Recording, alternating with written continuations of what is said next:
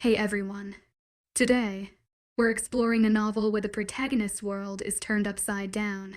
She's thrust into a situation where she must quickly adapt and learn the rules of a new and dangerous game, with hidden agendas, unexpected twist, and a cast of characters that keep you guessing.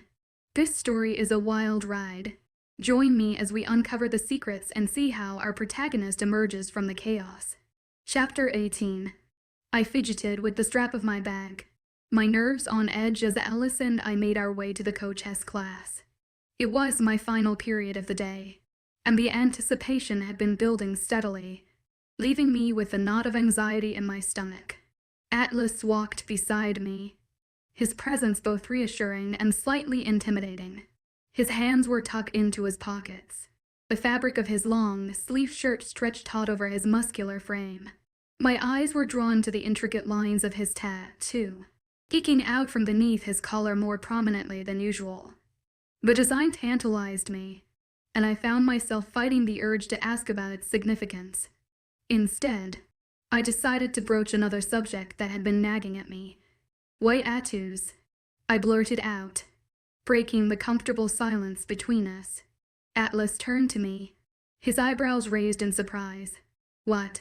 he asked, caught off guard by my sudden question. "What do you mean?" I elaborated, my curiosity getting the better of me. "Why are you the only heir with tattoos? In fact, why are you one of the few shifters I've seen with so many tattoos?" His expression shifted, a mix of amusement and wariness crossing his features. "Why the sudden interest?" "I'm just curious," I replied with a shrug, trying to appear nonchalant. The Penta wanted me to focus all my attention on learning shifter culture and such. And that's exactly what I'm doing. Atlas' lips quirked into a half-smile. "I think they meant more along the lines of learning about your history and culture instead of my tattoos." Potato. I smirked, feeling a bit bolder. "Either way, I'm learning something." His lips twitched, and I could see he was fighting back a grin. As we approached the classroom, I couldn't help but feel a small sense of victory at it having coaxed a reaction out of the usually reserved Atlas. Perhaps this class wouldn't be as daunting as it initially feared. Tattoos for shifters really depend on one of two things. He started to explain, whether or not the tattoos themselves are significant in their individual packs, and the shifter's individual healing genes. Some members of our community take to the tattoo process really well, while others can have their new tattoo completed and healed to the point where their skin erases all traces of process. For example, my skin can take really well to the ink versus someone like Phoenix, who comes from Nordic ancestry, whose genes reject the ink and tattoo process entirely. Does that mean he heals better than you?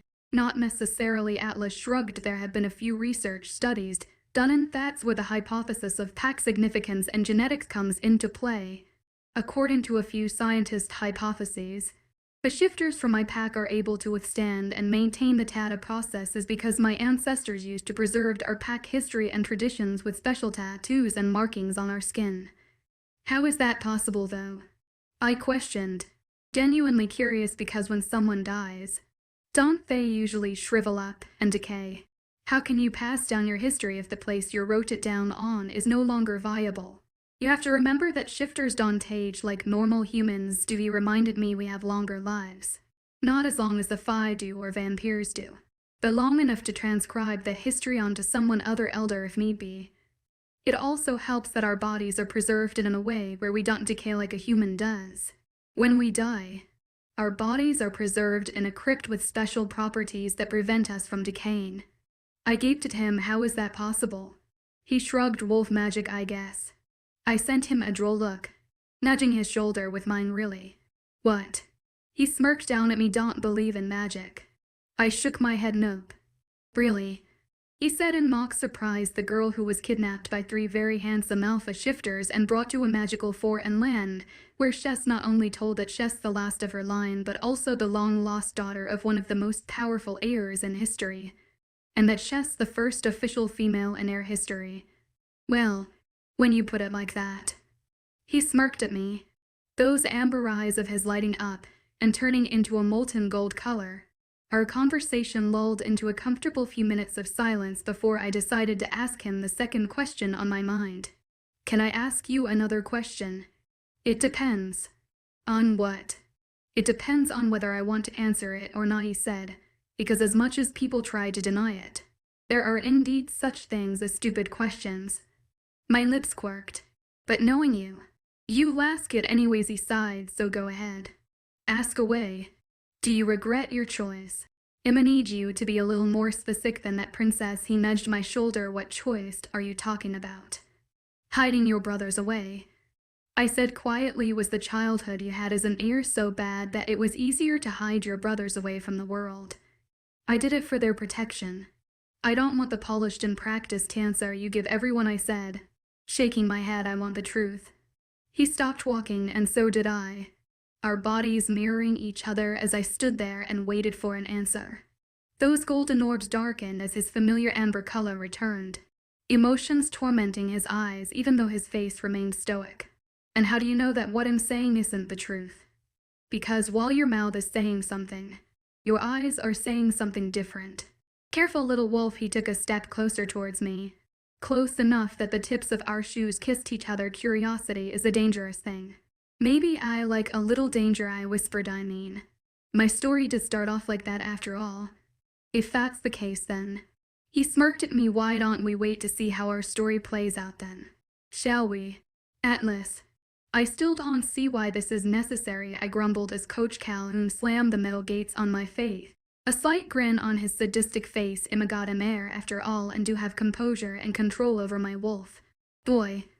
I don't know if you're blind or stupid, Coach scoffed, shaking his head as he moved towards the keypad on the cage to activate the electrical fence. Move your ass before I fry it like my favorite chicken. You wouldn't do that to me, Coach. I rolled my eyes, grinning at him. You love me too much. Would you bet your life on that? No, I would not.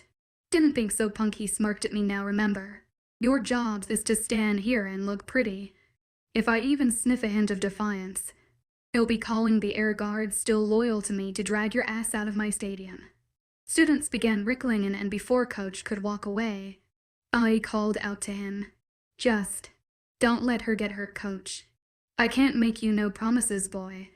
Because they'll all be gunning for her, he said, looking back at me from over his shoulder with a serious look on his face.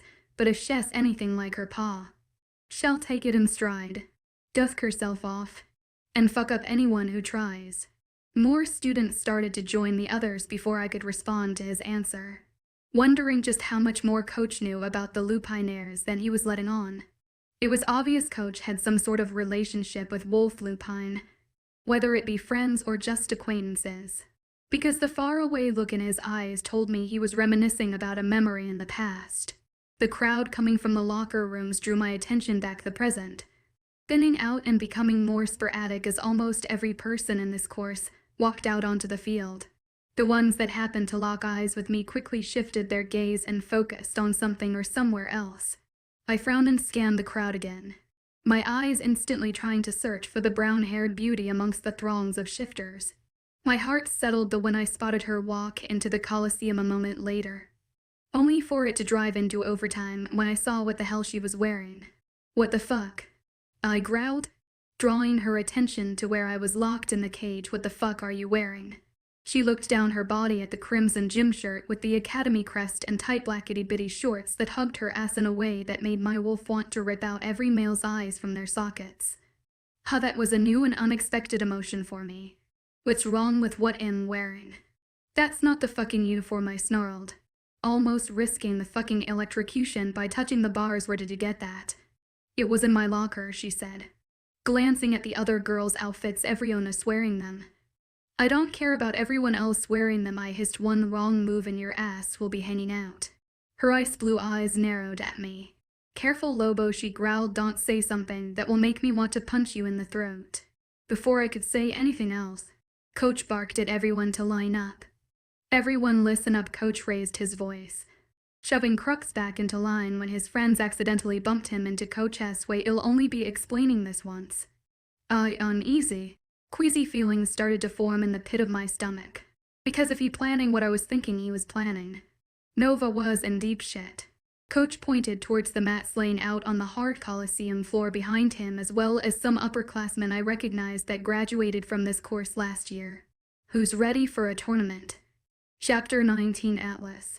We're going to be doing a tournament-style hand combat day, he explained, pointing to the 6 shifters stationed at each of the 6 mats behind him. These 6 were my top students from last year, and they've graciously decided to take time out of their busy schedule to help me teach all of you. Coach started to stride up and down the rows of students, assessing each of them with a critiquing gaze, before stopping right in front of Nova with an indescribable look in his eye. My stomach churned at the thoughts running through Coach's head, because as much as he was a fair man, I knew he also wanted everyone to earn their spot and grade in his class fairly. He wouldn't intervene unless someone, most likely Nova, was severely hurt. Coach was also a very unpredictable shifter. No one knew what he was thinking, and if anyone thought that they knew what was going on in that mind of his, he would surprise them and pull a completely unexpected card out his hat, which was why he was so damn good at his job and was able to train some of the most successful air guards and executioners in history, my brothers included. Each of my students will be teaching you a new skill set that you will be demonstrating to me on your assigned partner, he continued once y'all finished going through each station. You will compete against your partner using only the new skills you've acquired. The winner of the round will then move on to compete against someone else. So on and so forth. The last 2 competitors standing will then face off against each other until a winner is crowned. What do we get if we win? Someone from the back row shouted out. You ain't going to win, kid, Coach smirked as the rest of the class broke into laughter. But to answer your question, whoever asks the last one standing gets a single pass to use for this class whenever they choose. Everyone perked up at that, and I didn't have to be a shifter to sense the sudden change in the Coliseum. Every wolf's competitiveness immediately coming out like if Coach just dangled the key to everlasting happiness in their faces. Which, in a sense, this kind of was a key to happiness, considering that Coach rarely let anyone miss his class unless they were on the verge of death's door. Any other questions? Bunch of hands shot up. Sully, Coach barked, what's your question? Can we shift into our wolves? Coach narrowed his eyes a second before his clipboard went flying through the air. But gurgled out of the line of fire just as the metal clipboard nailed Sully right in the face, leaving behind a small cut above his brow. Sully just blinked in shock. Did you not listen to a word I said, Sully? Coach growled, what does hand combat style mean to you? Did I say hand paw tournament style? No, I didn't. Next question. A girl raised her hand hesitantly. Owski, Coach acknowledged your question. Can we use basic moves like guarding? Coach nodded. Basic moves like guarding or jabbing are fine as long as they out your opponent, he said, because if your opponent is taken out with any other move besides the ones taught today, you will be disqualified. People groaned. Don't whine or else they'll make you all run 17 miles in the next class. Coach rolled his eyes. I also want to point out the obvious. Any little bitch moves like hair pulling or dirt in the eyes will be immediate grounds of removal from my class. A class, need I remind you that you all need to pass in order to graduate from Crescent Academy and attain any type of reputable job. Why are we competing a human form? A girl I recognized as one of the worst minions. Win from the back row. It's not like we'll be in any situations that our wolves won't help us out. Coach just stared at the girl for a few seconds before closing his eyes and hinching the bridge of his nose. This is what's wrong with your generation, he groaned, opening his eyes when the huntsmen attack. What do you think their first course of action will be? The huntsmen are a legend, Coach. Someone yelled there hasn't been an attack or sighting from them in 20 years. If they only knew how wrong they were. Coach narrowed his eyes. You're lucky I don't have another clipboard to throw. A few uneasy chuckles sounded throughout the class. Back to what I was saying, Coach redirected every onus attention to him. What if the vamps decided to attack us this very instant? Or the fine humans decided to revoke their decision on the Mythos Accords? What happens then? When Coach was met with silence, he continued on his speech. As much as you don't want to hear this, but the superiority complexes you all seem to have. But if it was down between us and the rest of the factions, everyone will turn their focus to permanently eliminating the shifters. With the humans rapidly developing weapons or the Fae's poisonous blood, we don't stand a chance against them by ourselves. Now what if the witches aided the other factions in our elimination? What if they provided them with potions or spells that were able to stop you from shifting? What would you do then? Murmurs sounded out from everyone, making tense lines appear on Coach S' face. You didn't think about that, did you?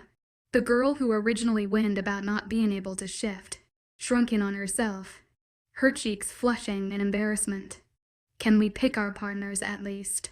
No, Coach said, grabbing his clipboard from Sully's outstretched hand. You'll decide who's partnered with who, because if I leave it up to y'all, you'll either pick a friend or try to cop a feel from the opposite gender, and I don't want to deal with the paperwork that comes with the girls beating the crap out of you purrs.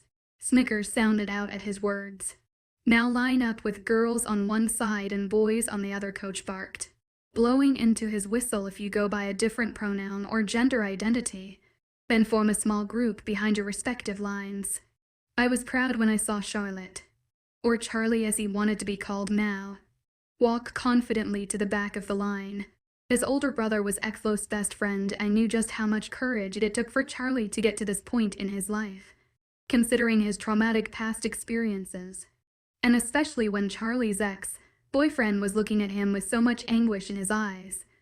At this point, Coach had paired almost everyone in the lines off except for Nova. With an unreadable look on his face, Coach's eyes locked on Charlie, and I nearly breathed out a sigh of relief, knowing that Nova wouldn't be in as much danger as she would have been if she was paired with anyone else. Before the words even finished exiting Coach's mouth, I was mind-linking with Charlie. Charlie, you will go easy on Nova, I ordered firmly. His startled brown eyes clashed with mine immediately. "'Vampire deception. I Dwight Mason and EY Dwight, as an undocumented changeling and forced to pose as a low-level witch." He asked, but Coach will know. He won't, I reassured him. I promise you won't suspect. But Alpha, he started hesitantly.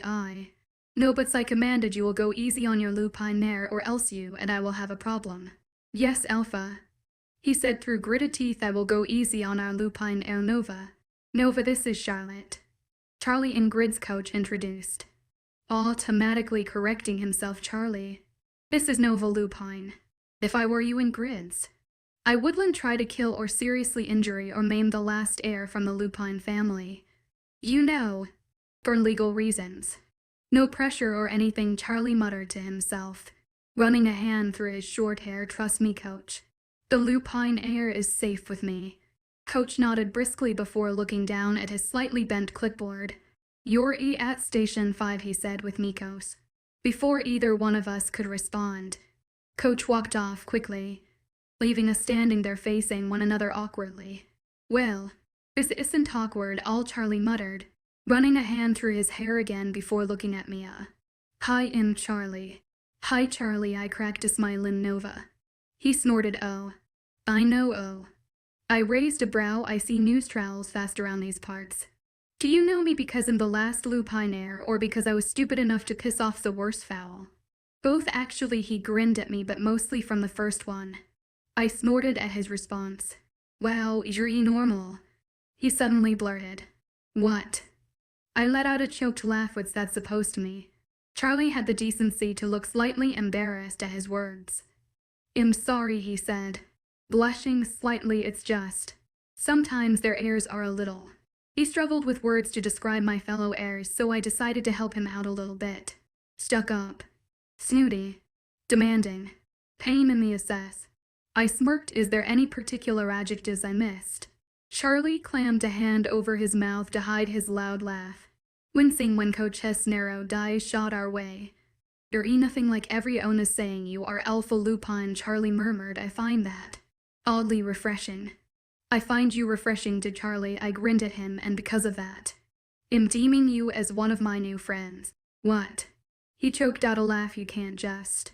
Can, I said firmly, smiling down at him, and because you're my new friend, I must insist that you call me Nova.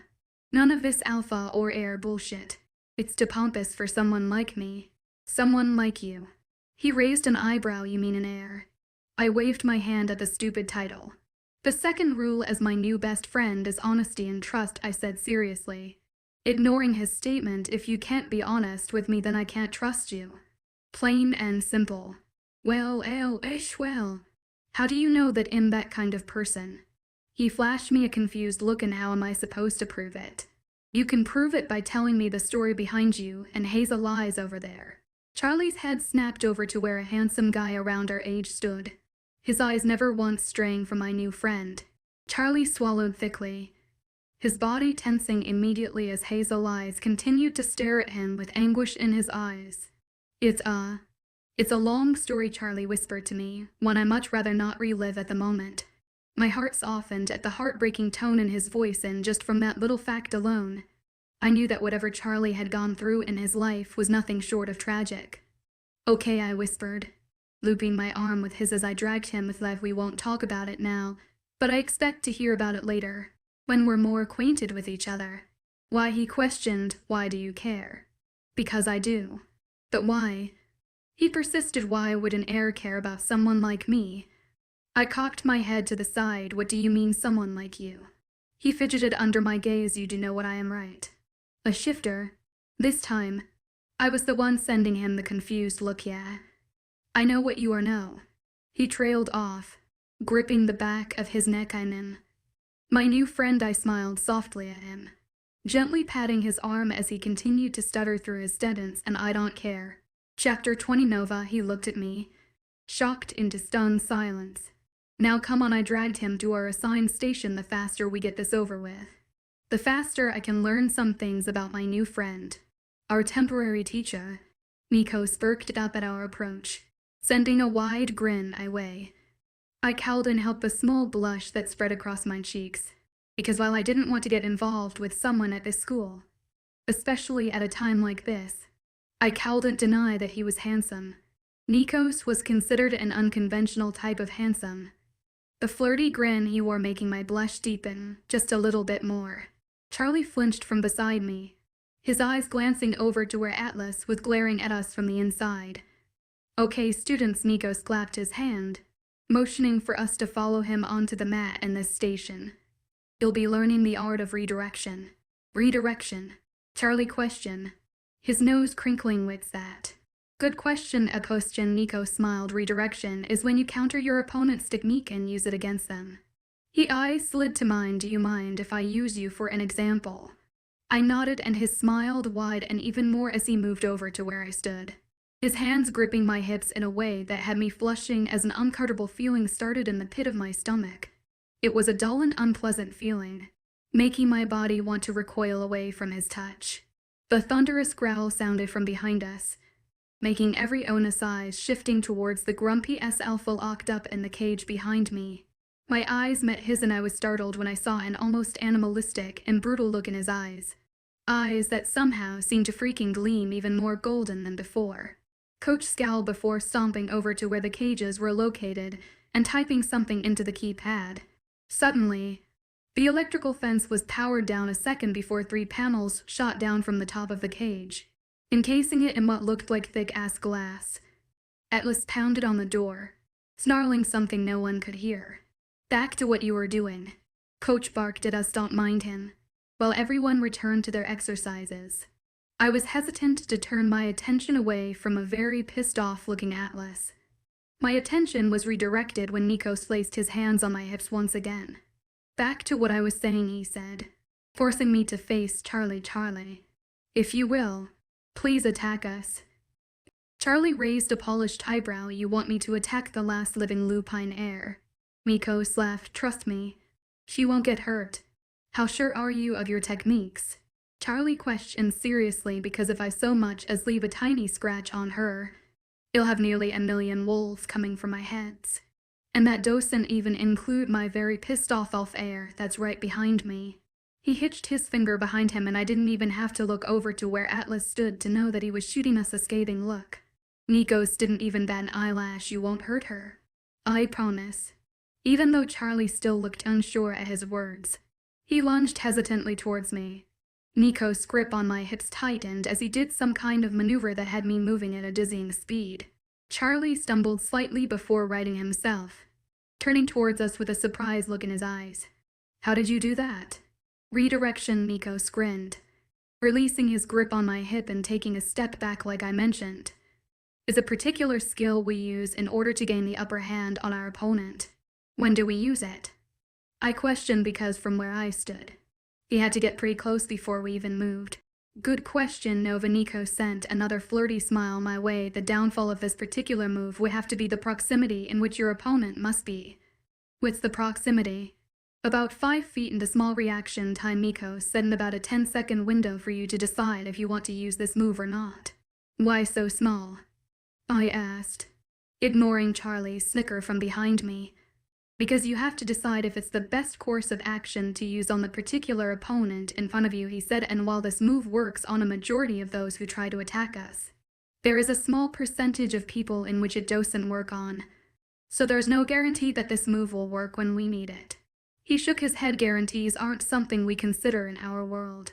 Then what do you do in case this doesn't work on someone? You use anything you can in order to survive.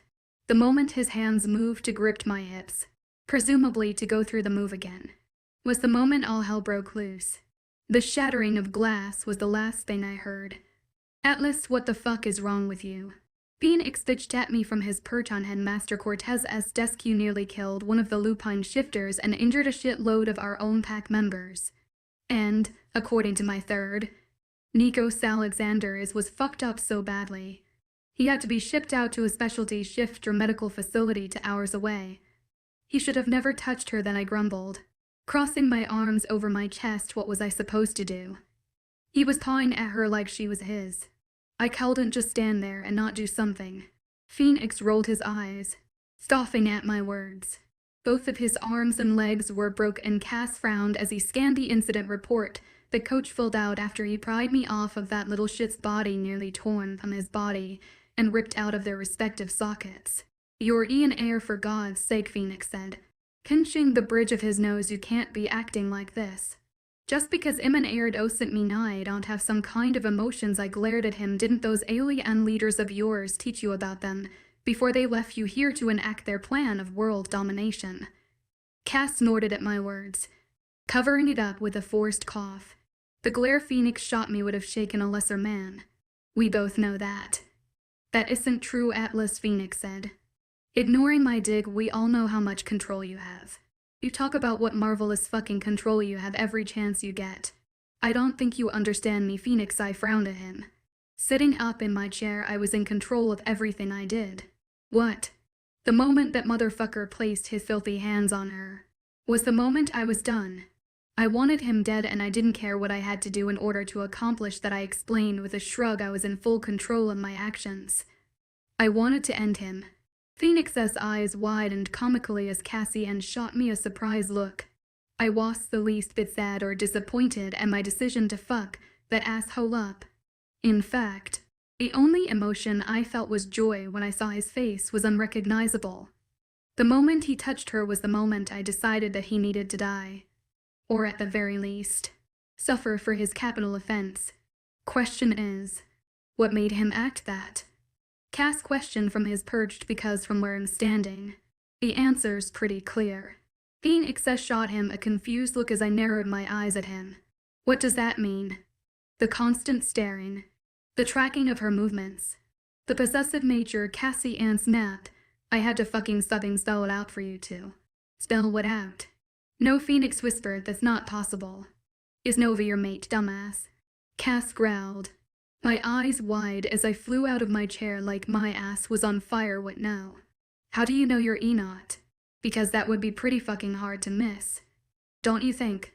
I snarled. I would have known if she was my mate the moment we met. No, you wouldn't, Phoenix said, because Nova isn't 21 and won't be for another 2.5 years. Why does that matter? I barked. Cal was 18 when he found out or was his mate. Because unlike our packs, the Lupinus and the Lycos have the long-standing tradition of finding their mate the moment they hit 20. Phoenix crossed his arms over his chest. The mating signs won't reveal themselves until the month before her 21st birthday. Cassian nodded. Why do you think my parents are waiting until I graduate to announce my betrothed? He said they wanted to at least give me a year of trying to find my own mate.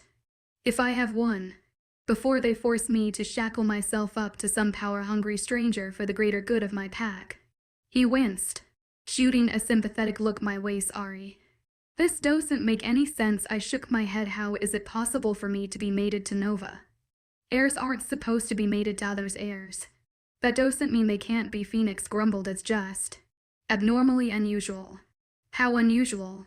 I asked hesitantly. Like once in a lifetime tasted sarcastically, considering she's been the only female heir born since the beginning of time. Enough. Phoenix redirected our attention. We don't even know for sure if she's your mate. But if you look at it, Phoenix, I said, it kind of makes sense. I am protective of her and I do find her more interesting than I've ever found anyone else. There's a connection there. Well, shit. Cass mumbled. I feel a connection too. Phoenix's head snapped around so fast. It was nearly comical. What? Cassie and flushed him, not going to deny that there's definitely a spark there. Since fucking when? We both shouted. Cass avoided our narrowed gazes. Oh, let's see. He put a finger on his chin. I guess since the moment we've met. My mouth dropped open. How is this possible, Mr. Smarty Pants? My eyes slid to Phoenix as who's her real mate. I don't know, Phoenix murmured. I've never heard of someone having two mates at once. Chapter 21. Phoenix. I was on my way to Headmaster Cortez's office to discuss the possible repercussions of Atlas' outburst, when I felt the hair on the back of my neck stand on end. Shit. That could only mean one thing. Or specifically, one person. Phoenix, my boy. His dreaded voice called out from behind me. How wonderful it is to see you. The students that lingered in the halls quickly scattered, shooting small but nervous smiles our way as they scurried away. Alpha Heir Fenrir. I bowed my head, acknowledging his status. What a lovely surprise. He reached out to fix my tie, nearly making me flinch at his close presence. Nothing ever good came from him being this close to me. Oh son, you know you can call me Dad now that I've passed my title on to you. I almost snorted at his words, knowing that while his mouth thin, his eyes were saying something completely different. His words meant absolutely nothing to me, considering that this whole conversation was a farce. Even when I was a young child, I was never allowed to call him father or dad or any other paternal term of endearment because, according to him, it was a sign of weakness and disrespect for the male Fenrir heir to address his father and Alpha heir in such a way. What do I owe the pleasure, Alpha? I asked, barely managing to conceal my surge of annoyance. Because if he was here, visiting me, that only meant one of two things. Either another unscheduled heir meeting was about to occur or you wanted whatever intel I had on Nova. Even though it's been less than 2 weeks since he commanded me to spy on her, my bet would be the latter option. And while I would tell him the truth about the Lupine heir, they would only be small fractions of the truth. Because as hard as I tried to deny it for not only the sake of my friendship, but also my pack, I couldn't shake the feelings that evoked in me from my best friend's spoken words yesterday. Nova managed somehow to worm her annoyingly beautiful and stubborn self underneath my icy defenses. Felt something for her, whether it be love or lust. I didn't know. But what I did know was that if the man in front of me caught wind of my newfound feelings for her, he'd use those feelings I have for her to control me, to regain control of my pack. A pack that was never his to begin with in the first place. A pack he never wanted to hand over to me by choice but was forced to by council law. I just wanted to stop by and see how my son's doing, he said suavely, smoothing out my collar. Let's take a walk. As soon as we were out of earshot from the other students, in a very secluded part of the academy grounds, my father whirled on me with venom in his eyes. Well, what? Where's the information I asked for? I sent it to your private account this morning. He said nothing, choosing to instead unlock his phone and scroll through the private account he hid from the other Penta members. His eyes snapped to mine. Are you serious? I remained silent. I asked for important intel about the girl, not how many sugars she takes in her fucking coffee. He wanted to know everything about her. I shrugged in, gathering all the information I can about her. I wanted pertinent information about her, he growled. Not this garbage. She hasn't anything remotely interesting for me to mention. I said. She goes to class, comes home and then locks herself in her room. Nothing more and nothing less. What does she do in between classes? He questioned. Who does she talk to? Does she have friends? Is she friendly with the other heirs? We don't share the same schedule. Remember, I said in a monotone voice. She's to herself, and I highly doubt she talks to the others. She doesn't trust us. I would expect nothing less from a Lupine. My father rolled his eyes. Pretentious asses. Her father didn't trust anyone when he was alive, least of all those ruling at his side. Geez, I wonder why I thought sarcastically. Happy that at least someone saw through my father's bullshit lies. You'll expect more the next time we meet, my father said over his shoulder, slipping his phone back into his suit pocket as he walked away from me. I would hate to have to pull your sister out of her school so early in the semester, especially when she just received word about the leading role in that play of hers. I gritted my teeth in pure loathing at his words, surprised at how fast his little source was able to procure information for him. Sphinx barely called me 30 minutes ago with an excited ear-piercing squeal about her involvement in a new play her university was putting on. I've never heard my sister so excited in her entire life, not even for special events like her birthday or holidays. I sighed knowing that I had to step up my game if I wanted to keep T.R.F. and rear off of my back. Nova Nix. As soon I walked inside the noisy classroom, it was like a record scratched with how quickly everyone quieted. I sighed in annoyance as I took the seat closest to the window, knowing that this was the third time today that this has happened, and it probably wouldn't be the last. And all because of endless fuck up. I honestly don't even know what really happened. The day a blur as everyone reacted all at once. The moment the glass shattered, Coach was by my side in an instant, yanking me away from the scene and basically pushing me into close awaiting arms, who then whisked me away from the Coliseum and locked me in my room for safekeeping. When I demanded to know what was going on, and if everyone was okay, I was met with deafening silence. The only explanation given to me was that the Lobo heir was sick with something that allowed his wolf to momentarily break free. I called bullshit until I noticed that Atlas never came home that night, or the night after, or the 6 nights after that.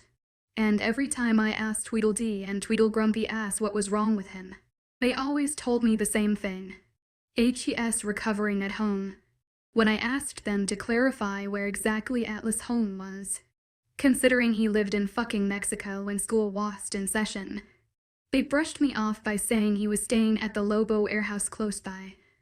And when I asked what the address, so that I could visit him and ask him what the hell HED been thinking, Cassian shot me a pitying smile as Grumpy Wolf grunted out that it was forbidden for heirs to trespass on other heir properties. I sighed, leaning back in my seat as those sitting closest to me shifted farther away, some even going as far as gathering their things and changing seats. At least test it better than the gawking I thought. A second before the professor walked into class with a bright smile on his face. "Good afternoon, class," he said cheerily, leaning against the edge of his desk as he received half-hearted replies today. Instead of what I have planned on the syllabus, I decided to switch it up a little. Oh, one of Sewer's cronies snickered from in front of me the last time someone decided to switch something up. She almost got somebody killed. Side eyes were shot my way, and I gave them all one of my best and interested looks. Jesus. They're acting like I was the reason Atlas Wolf went off the deep end. The professor cleared his throat, no doubt hearing what the girls said but chose to not comment on their words. As he regained the attention of his class, I've decided that instead of having me drone on and on in a lecture about the history of the packs, it'd make this class more interactive, he stated, holding up what looked to be a thumb drive of some sorts, and to do that, I made up a little scavenger hunt. Whines filled the room and the professor's cheery mood tanked into a glare. It's either the scavenger hunt or a 14-page detailed essay all about the pack's history, that he said with a shrug. Your choice. Simone's hand shot up. Will this be a group project?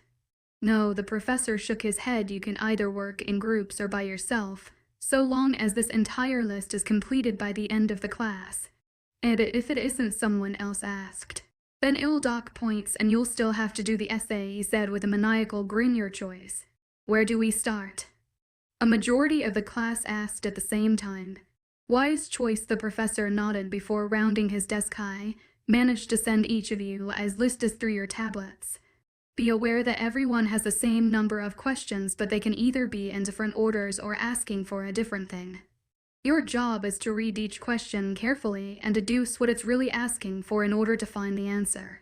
Notification pings sounded across the whole classroom as the professor finished his speech. Remember, you'll have until the end of class to send them back to me. His eyes flicked to the clock. I suggest you start right away. Chapter 22 Nova. There were a lot freaking clues on this list, and while some of them were relatively easy, clues that referenced the garden or Colosseum, other clues weren't so easy. Specifically ones that made me scratch my head and wonder how the hell I was supposed to finish this thing in 2.5 hours. 3 clues in particular were making me scowl at the stupid list on my tablet. Clues. 1. In order to understand and learn the past, you must first enter the building that houses them. 2. I used to be a tree, but I traded my roots for roots. I have a rose, but am no garden. 3. The entrance where you watch the seasons change from time to time. You know, if you keep scowling like that, your face will get stuck like that. My head snapped around at the familiar voice, a smile tilting my lips when I saw Pluto heading towards me in a crazy cool new chair. Cool ride, I smiled as he stopped right in front of me. Mind if I take it for a spin sometime? A grin lit Pluto's mouth, lightening up his handsome features even more. Am offended, new girl, he chuckled. We've barely known each other for less than a few weeks. Due to your reluctance, mind you. And now you're asking to borrow my stuff. What can I say? I shrugged. You've got some pretty cool stuff. Somehow his impossibly large grin widened even more. I told you I had a chair for everything, he said before tilting his head and looking at me curiously. Tacha doing out here? I tilted my tablet his way. This stupid scavenger hunt for one of my classes. Are you almost done? Nope, I snorted. I barely even started. Can I see it? I handed my tablet over to him and he scrolled by my tablet. Oh, this is easy, he said, scrolling down some answers on my worksheet. Easy for who? I gaped at him because it sure as hell wasn't easy for me. That's because you're new here and the professor is a bigot twit, he said, those amazing eyes locking with mine. Chandler's right. This shit has his name all over it. I think this cheating. My lips twitched. I didn't fill out a single thing.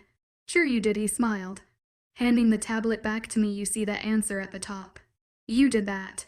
That's the name portion. I laughed. How important is that? He snickered. So very important. I glanced down at the screen. I said smugly. I wouldn't be so cocky, mister. Fancy wheels. Why not? Because you forgot to. I showed him, pointing out the questions.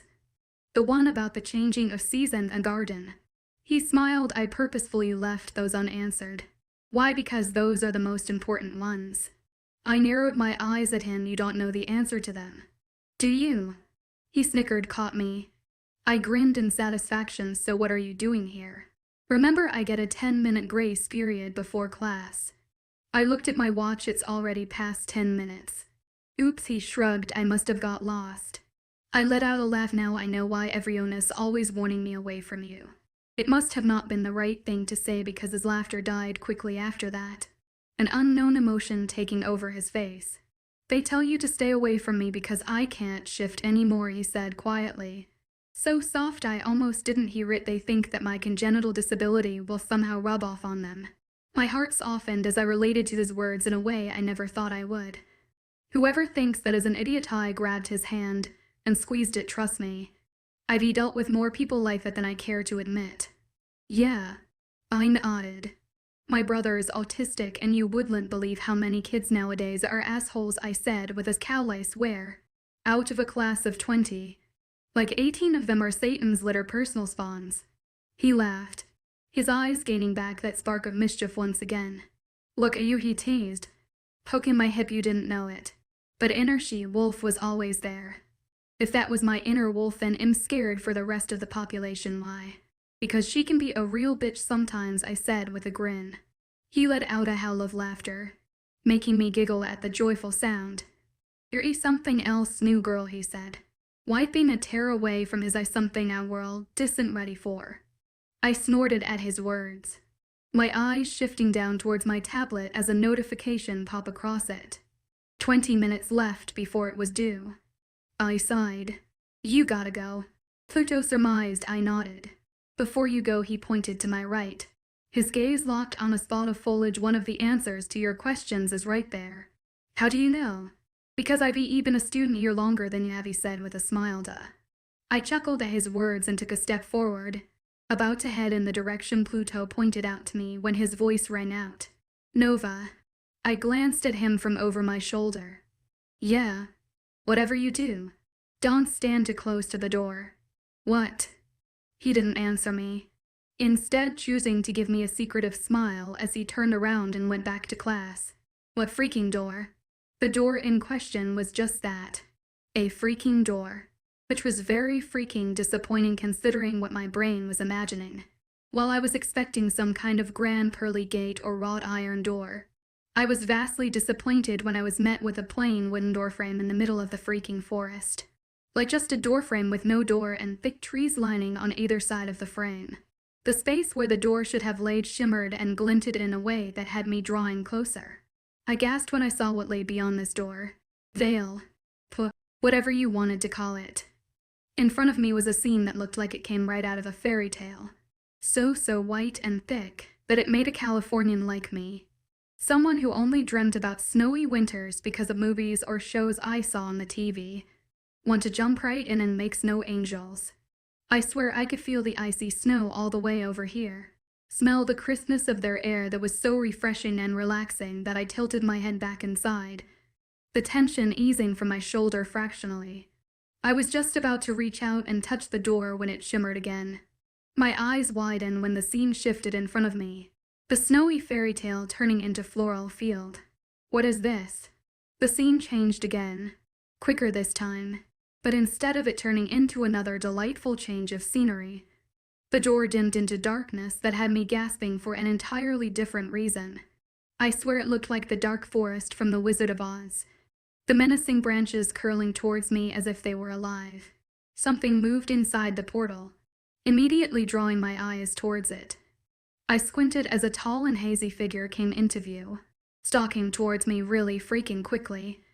I took a step forward, leaning towards the door to see what the hell it was, when a familiar voice startled me, making me whirl away from the door for a moment.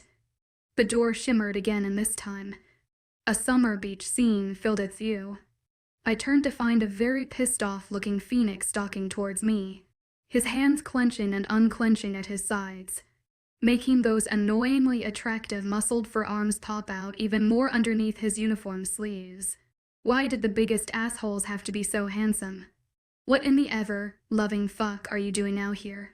He barked, looking around as his eyes searched for something and alone to. Where the fuck are your guards? How am I supposed to know? I narrowed my eyes. I didn't even know they existed until a few days ago. What are you doing out here? He repeated. I waved my tablet at him. Classwork. Alone. He growled. I wasn't alone. I raised my chin. I just finished talking to Pluto. Before I could finish explaining, he let out an amused laugh. Of course you were, he said with an eye roll, because you tend to do the opposite of what anyone tells you to do. Not anyone. I narrowed my eyes. Just you. Of course. He rolled his eyes again, grabbing my upper arm. Come on. Let's go. I dug my feet in the grass. What is that? What is what? He said, acting dumb. I narrowed my eyes at him, and you wonder why I don't listen to a single thing that comes out of that stupid mouth yours. Said mouth dropped open in surprise, his eyes flashing with some unknown emotion. What are you doing here anyways? I snarked at him. I thought you had a class to teach. That surprised look turned into one of complete smugness. Oh, I don't think I liked the mischievous grin that his stupid face was rocking. The one little grin transformed his entire face, his posture changing instantly as he became someone I didn't even recognize. You keeping tabs on me, little star? He purred. Chapter 23 Nova. You keeping tabs on me, little star? My eyes wide and his words sudden nickname for me. What? I said. He leaned into those blue eyes lighting up as he gazed down at my face. You keeping tabs on me, little star? Was he flirting with me? Who the hell are you? I blurted, catching him off guard as he blinked at me. And what have you done to the asshole that normally inhabits that body? What? He asked on a laugh. Taking a step away from me, what kind of question is that? A sane one, I said, seriously considering that the only human emotion you've ever shown me is hate. I don't hate you. I snorted, could have fooled me. I don't hate you, Nova, he remarked sarcastically. With a roll of his blue eyes, I just hate what you stand for. I reared my head back in shock. What in the ever-loving hell does that mean? Nova. He sighed. What does that even mean, Phoenix? I growled, you don't hate me, but you hate the idea of me. You stand for so much more than you think, little star, he said. His voice solemn and earnest. Haven't you noticed the uproar you've caused since you've arrived? Yeah, I deadpanning. It's because in New Heron people tend to get excited when a shiny new toy enters the picture. Especially one that's from a land that YLL barely interact with. His lips twitched. People around here are used to new things or things changing all the time. He said they usually go back to normal within the hour. Not gawk or avoid eye contact for a whole month and a half. Of course they gawked, I growled after Atlas' little stunt the other day. It'd be scared and weary of the new girl too. He shook his head, stepping into my personal space at a bit more than what I would usually be comfortable with. Except, this was the only time where it was completely unbearable to have someone crowding my personal space. I squirmed at the sudden heat his skin was radiating, and I swear to God it felt like I was feeling his warmth through the thin material of my uniform. And I was definitely not liking the way my body was responding to said heat. They gawk at you not because of the stunt that idiot pulled, he uttered as I gasped. His fingers somehow sneakily working their way on my right hip and gripping it tight. Nor do they ogle at you because you're one of the most gorgeous women they've ever seen. They got WP at you because of who you are and what you stand for. Something not every wolf in the world is happy about. What do you mean? I whispered, my breath catching at the sudden fire blazing in his eyes. An emotion I've never seen on his except for that sparing glance at the old photo on Sawersa's phone. The loopiness were the epitome of what an heir and ruler should be, he whispered. Those long fingers traveling from my hip into my wrist and then up my arm until they gently grazed my cheek, they rule fairly and went above and beyond for their packs. They never used their status or rank against the other heirs, even if they absolutely were in their right to. My mom used to tell me stories about the loopiness, he said. Brushing a piece of hair behind my ear, she used to say that out of all the loopiness, your dad was the bravest and most fearless wolf she'd ever seen. Why are you telling me this? Because you need to know that my family and yours has butted heads since the beginning of time, he said, cupping my cheek in his large hand, and since your father's disappearance and ultimately death 18 years and a half ago, mine has been in charge. A title he enjoys very much. My eyes flashed to his. He won't give up without a fight. Will he? No, and where do you stand? On the winning side, he answered truthfully, whether that be yours or my father's is still yet to be determined. Phoenix. It was late at night when my sister's ringtone blared throughout my room, making me snap, pray, and reach for my phone. INX. I said frantically into my phone. What's wrong? What happened? Are you okay? A sniffle sounded from her end of the line, making me flinch at the sound. Sphinx. What's wrong? I pleaded into my phone, begging her to tell me what the problem was so that I could fix it. Tell Nixie what's wrong. A small sniffled chuckle came from the line, making my rapidly beating heart calm just a fraction. Father called, she whispered. He called to congratulate me about the play. I swore, running a hand through my hair. I never told him a thing. INX. I know that she said, and I'm sorry for bothering you so late. The call just caught off guard. What else did he say? She stayed quiet. Sphinx. After the small commendation, he hinted that it would probably be in family's best interest if I considered moving home and transferring back to Crescent Academy. I swore again, louder and more profane than before. Don't listen to him, Sphinx, I said. I swear to you on my life that you don't have to worry about transferring back. I believe you, she said softly, however. What I want to know is what he has you doing in order for you to keep that promise. I winced, knowing better than to try to lie to the one person in the world that probably knew me better than myself. Don't worry about it, I said dismissively. It's my cross to bear. Phoenix, she sighed, I can guarantee whatever he has you doing is not worth it. Is, I remarked. It isn't Mixie, she said seriously. You know how he works. He uses what you love most against you, making you do unspeakable things that slowly gnaw away at your soul until all that's left in its place are broken pieces. She was strong. Pierre Fenrir was the king of mind fucks, the worst kind of monster out in the world. The one that no one suspected because of the gentle facade he put on a daily basis, manipulating his victims in such an intricate way that had them questioning if whatever they enacted on his behalf was really their idea and what they wanted. I know what I'm doing, Sphinx, I muttered. She sighed. Phoenix, are you happy? I blurted out, interrupting her before she could try to talk me out of my decision. Be honest, I annex. She was silent for a brief moment. Yes, she whispered, her voice so timid and small that it sent me back to a time where I used to comfort her when she cried during one of our parents' many arguments. I'm so very happy here that sometimes I feel guilty for leaving you. I let out a small laugh, leaning back against my headboard. You don't have to worry about me, baby sister. But I do, she argued. I worry about you so much, especially since that monster is so close to you. I closed my eyes, my grip tightening on my phone so hard that I was afraid I was about to break it. I'm okay, sister, I reassure you. I'm not alone.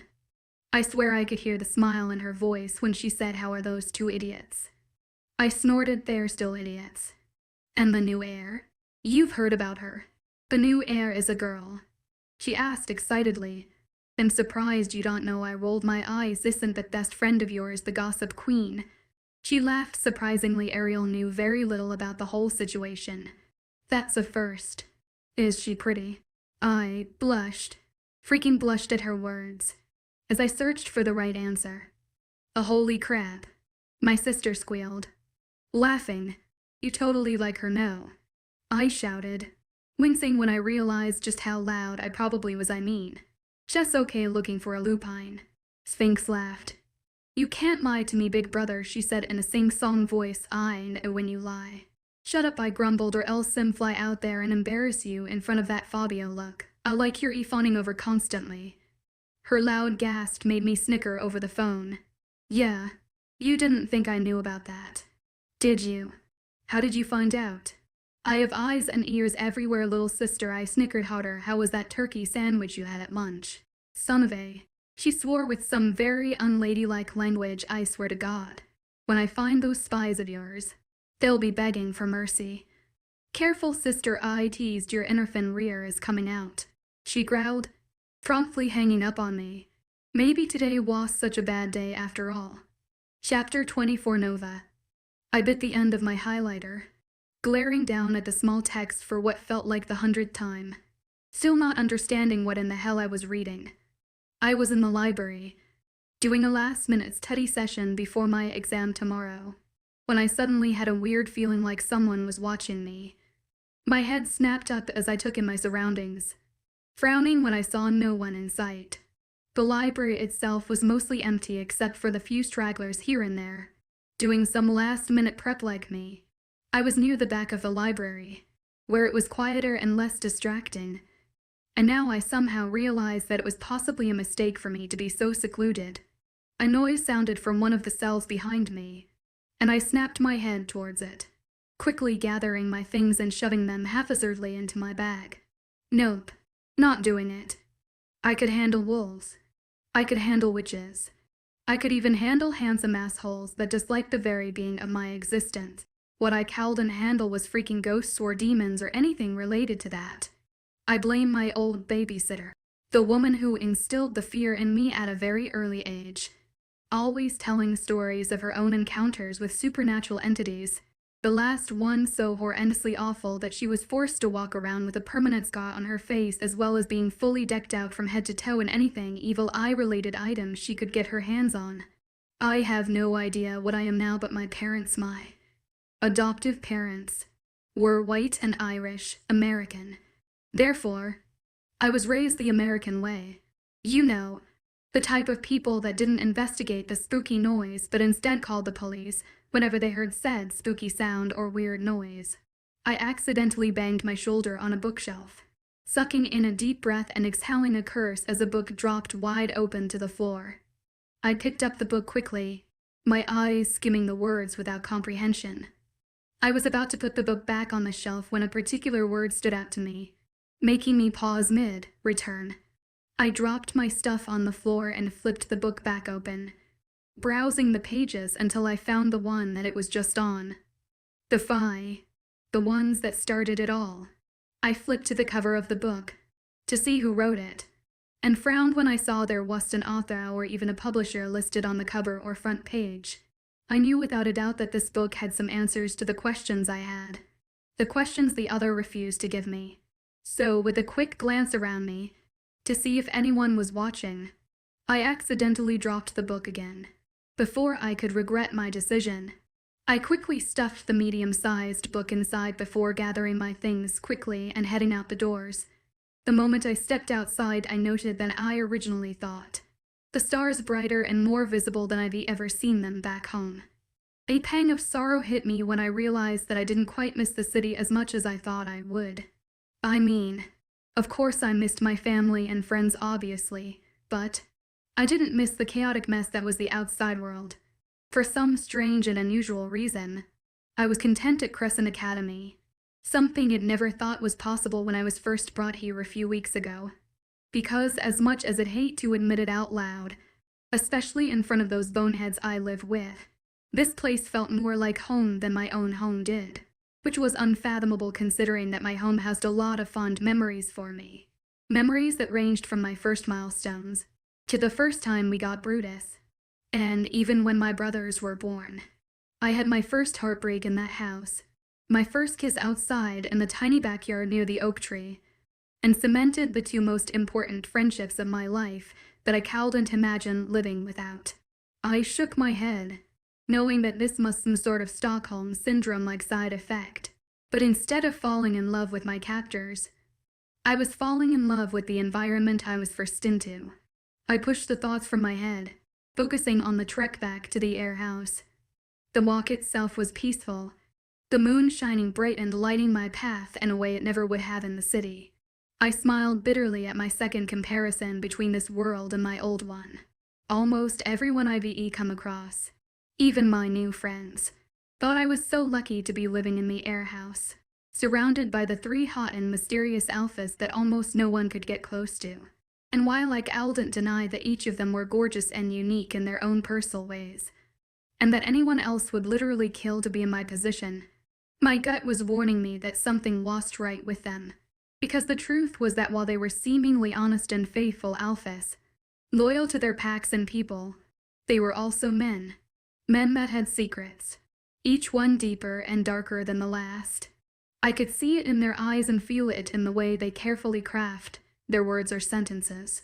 They hid behind their soft diplomatic smiles and strategically impassive faces, which most people didn't look twice at. A look that I recognized every day whenever I looked in a mirror. A look that screamed smile in order to keep the truth from revealing itself.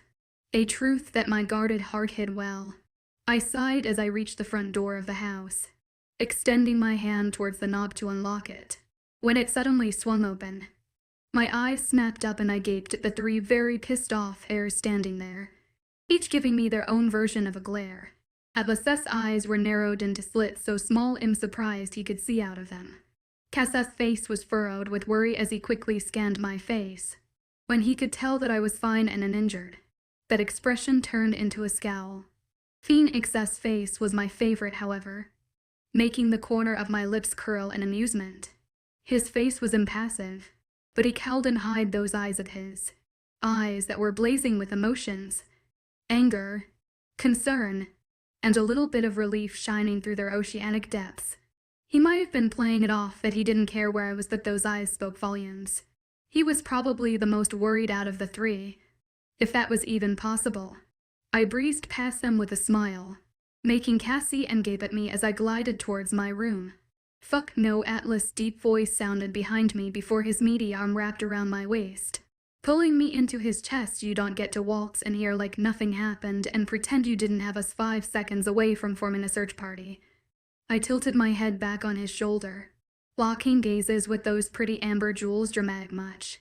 His eyes narrowed as his arm tightened and around my waist even more. What's dramatic will be me locking your ass away in a tower and throwing away the key, he said, wrapping my hair around his fist before giving it a small tug. I think the Rapunzel look will fit you nicely. Don't you think? He flared at his tug, making me squirm away from where our bodies were currently touching. In fine, I waved off his concern.